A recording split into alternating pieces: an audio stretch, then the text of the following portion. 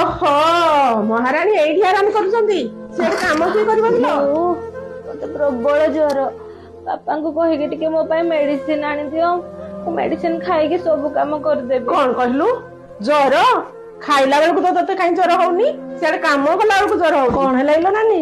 କଣ ପାଇଁ ହାଡେ ପାଟି ତୁଣ୍ଡ ଏତେ ଶୁଭୁଛି? ଦେଖୁନୁ ମହାରାଣୀ ଏଠି ନାଟକ କରୁଛି, କହୁଛି କଣ ନା ମତେ ଜ୍ୱର ହଉଛି। ତୁ ରହ ନାନୀ, ତା କଥା ଏବେ ମୁଁ ବୁଝୁଛି। ଚାଲ ଚାଲ କାମ କରିବୁ, ଚାଲ।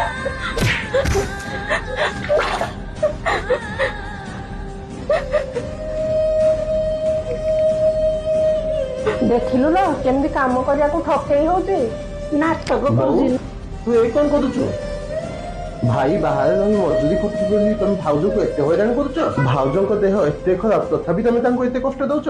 ତୁ ଭାବି ପାରୁଛୁ ତ ବୋଉ, ୟାର ପରିଣାମ ଆଗକୁ ଯାଇ କଣ ହବ? ଦୟାକରି ବୋହୁର କଷ୍ଟକୁ ବି ବୁଝିବାକୁ ଚେଷ୍ଟା